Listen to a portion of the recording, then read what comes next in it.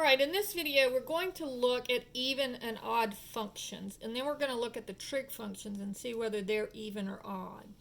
So if you recall when you took algebra, if I had y is equal to x squared, that looked like a parabola.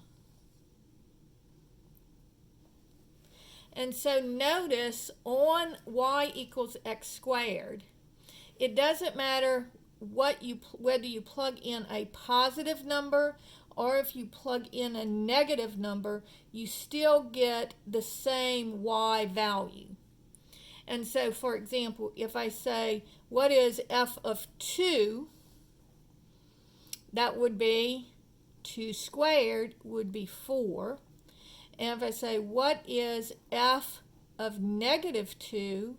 That would be negative 2 squared, would be negative 2 times negative 2, and the two negatives cancel, and you get 4 again.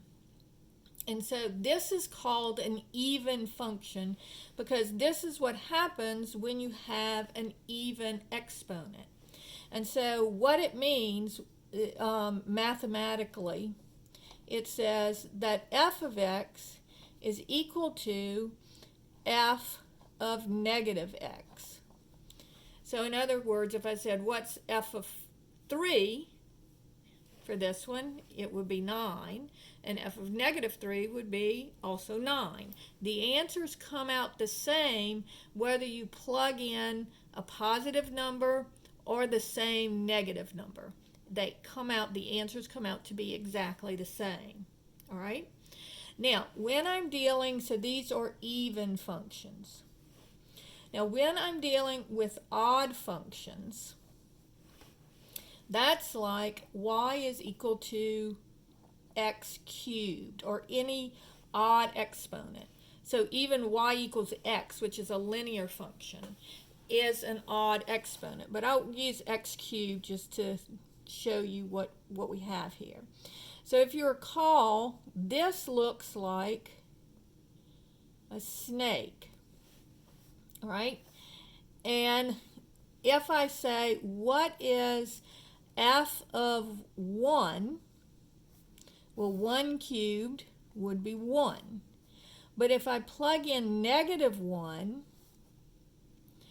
negative 1 cubed is negative 1 times negative 1 times negative 1. Now, these two negatives cancel, but I have one odd, since it's an odd number, I have one odd man out. I've got one left over. So this becomes negative 1.